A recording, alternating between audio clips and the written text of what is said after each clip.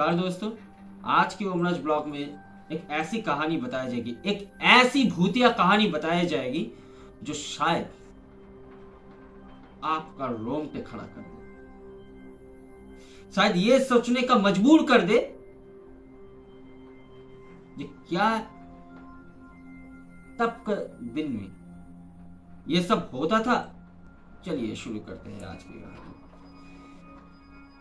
आज की कहानी शुरू करने से पहले मैं आप सब लोग को जरूर ये बताना चाहता हूँ, आप ओमराज ब्लॉग को लाइक कीजिए, शेयर कीजिए, सब्सक्राइब कीजिए और बेल बटन को जरूर दबाएं और नोटिफिकेशन ऑल कर दीजिए, क्योंकि मेरा वीडियो जब भी न आएगा आपका चैनल में सबसे पहले नोटिफिकेशन पहुंच जाएंगे। तो शुरू करते हैं आज की कहानी। ये कहानी पश्चिम बंगाल के रायगंज नाम पे किसी एक गांव पे घटित हुआ था। आज से ठीक 15 से 20 साल पहले, यही करीब मार्च के और अप्रैल के महीना था। गर्मी हो रहे थे, तो गर्मी में वहां पर रात को या दोपहर को एक तूफान आता है जो काल बैसाखी नाम पे जाना जाता है। आम की समय था, पेड़ों में आम फले हुए थे। ऐसी कैसी एक दिन रात को काल बैसाखी आ गई, आसमान में बादल छा गए और पूरी तरीके से पानी बरसने लगा। बहुत जोर जोर से पानी बरस रहा था। किसी एक गांव के लड़की जिसका नाम मेरा सब्सक्राइबर है, उसका नाम शंपा महातो है, उसी ने मुझे ये कहानी बताई। खुद उसकी जिंदगी में ये कहानी घटा हुआ था। ऐसी भयंकर कहानी था जो शायद मेरा भी रोंगटे खड़ा कर दिया था जब मैं उसी का मुंह से मैं ये कहानी सुन रहा था। उसने बताया काल बैसाखी खत्म होने के बाद गांव के लड़की थे वो सभी मिलजुल के आम के पेड़ के नीचे आम लेने के लिए पहुंचता है। जाहिर बहुत ज्यादा बारिश हुआ था, बहुत ज्यादा हवाएं बहने लगे थे, इसलिए बहुत सारे आम गिर पड़े। अब रात के करीब 2 या 2:30 बजे थे। ये लोग तो अपने मजे से जैसे आम ले रहे थे, लेकिन छुप के, क्योंकि वो किसी दूसरे का बागान थे, किसी दूसरे का था वो। अगर शायद उसका मालिक उसको देख ले तो शायद ही इन लोगों ने सोच लिया था उसको डांट देंगे। अब अपनी आम को लेने के लिए कुछ टहनियां और बर्तन लेकर पहुंचे। ये लोग आम लेने लगे। ऐसे लेते लेते लेते लेते बहुत सारे आम उन लोगों ने इकट्ठा कर लिया। तब गांव के उतने ज्यादा बिजली नहीं पहुंचे थे। हालांकि खुद भी मैं किसी एक गांव का ही लड़का हूं, मैं भी जानता हूं आज से ठीक 15 से 20 साल पहले यहां पर उतने ज्यादा बिजली का प्रचलित नहीं था। इस शहर में जहां पर दुकान लगते थे, जहां पर वहीं पर सिर्फ बिजलियां होते थे। अब पश्चिम बंगाल के ये एक लेजेंड जिसको नाम हिंदी में छलावा, बंगाली में भूला बोलते हैं। अब यही छलावा किसी न किसी का रूप लेकर रात को बाहर निकलते थे ये लोग। उस दिन भी ये छलावा बाहर निकला था। अब ये गांव के लड़कियां उतने ज्यादा डरबर इसके ऊपर नहीं लगता था, तो ये लोग आम को इकट्ठा करने के लिए बर्तन लेकर आम की बागान पे जाकर आम लेने लगा। अकेले थे कुछ। वहां पर कुछ देर बाद वो छलावा आया, उसी बागान के मालिक के रूप में वहां पर आ गया। यह लड़की तब भी उतना ध्यान नहीं दिया। अपनी मन से वो लोग आम लेने लगे। आम लेते लेते वो पीछे मुड़ा तो देखा उसी बागान का जो मतलब मालकिन है, वो कुछ ही दूरी पे एक सफेद कपड़ों में खड़ा हुआ है। ये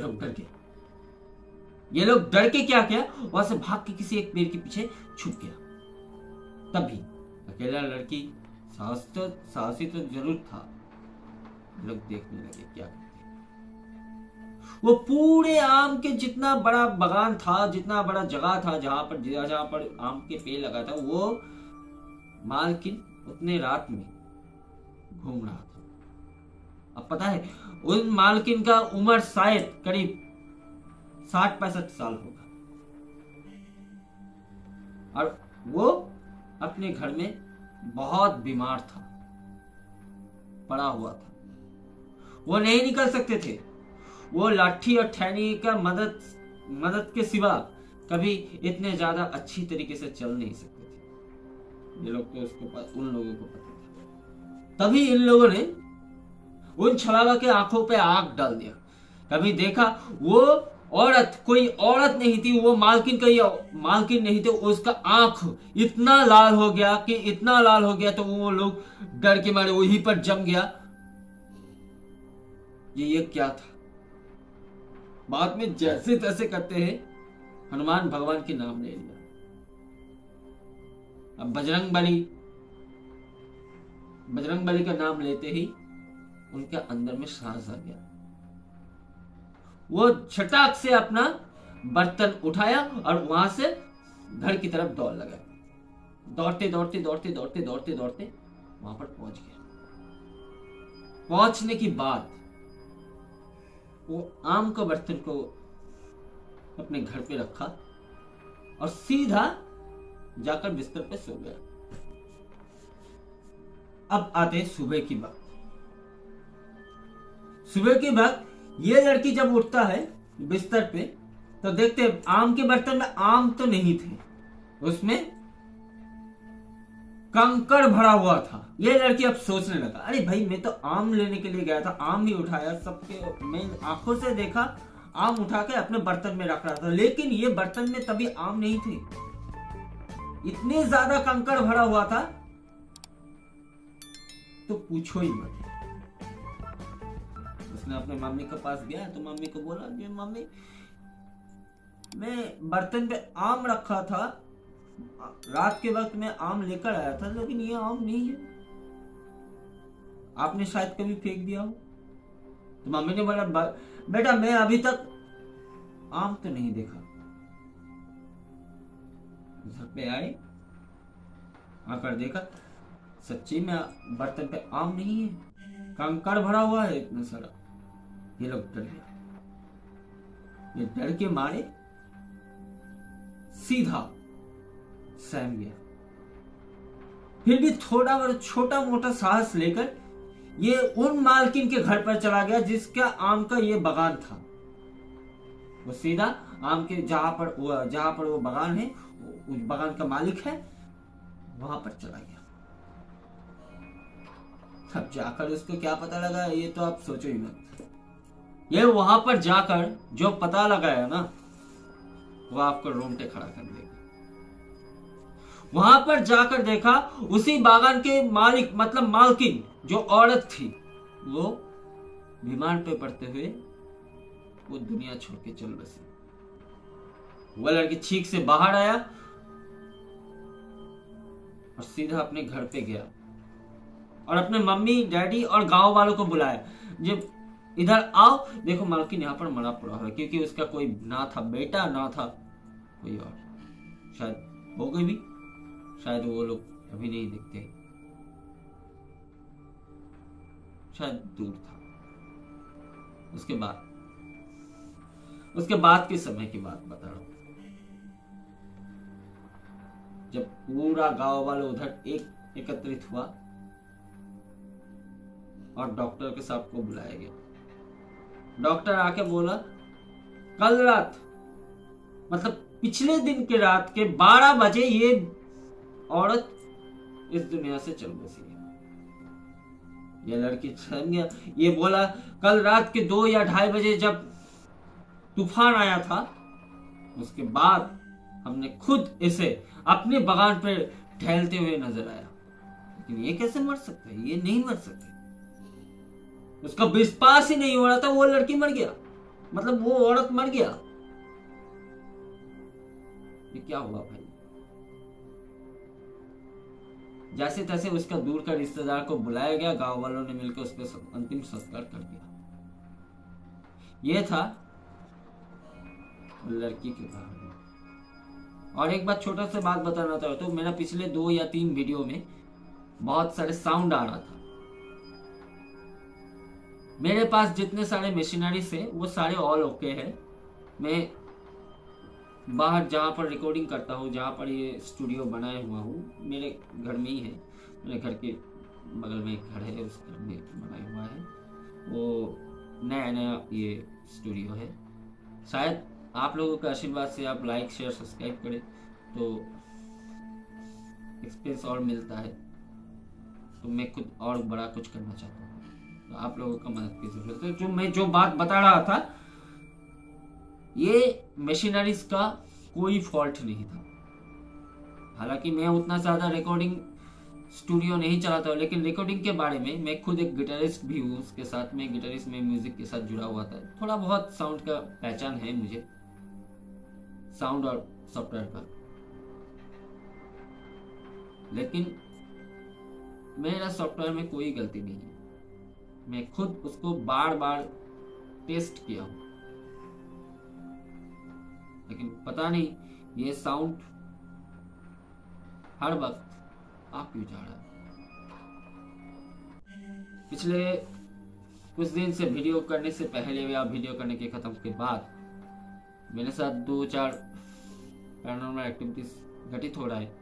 शायद आज मैंने जो ये वीडियो किया उसी के कारण किया, उसी का टेस्ट करने के लिए किया। ये आज का वीडियो में वो साउंड दोबारा आए या ना आए। अगर आ जाए तो भाई आज पक्का समझ जाऊंगा ये पैरानॉर्मल एक्टिविटीज हो रहा है। क्योंकि पिछले कुछ दिन पहले मैं एक जगह पे गया था, करीब मेरे घर से कुछ ही दूरी पे है।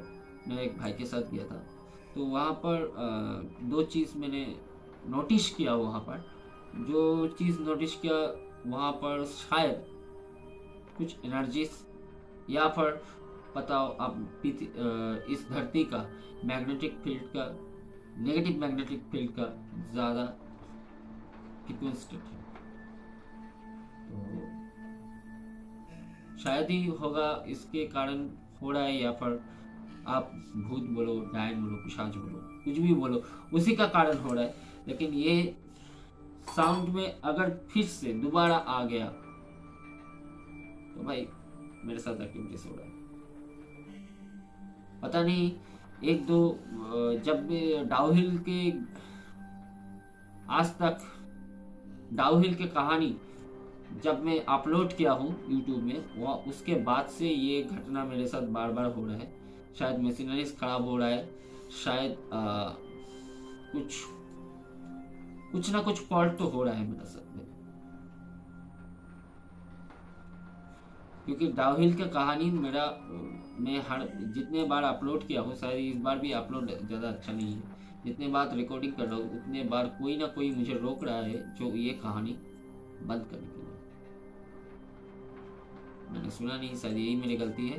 तो जो कोई भी है मेरे आसपास, अगर मुझको सुन रहे तो मुझे माफ कर दे। ये कहानी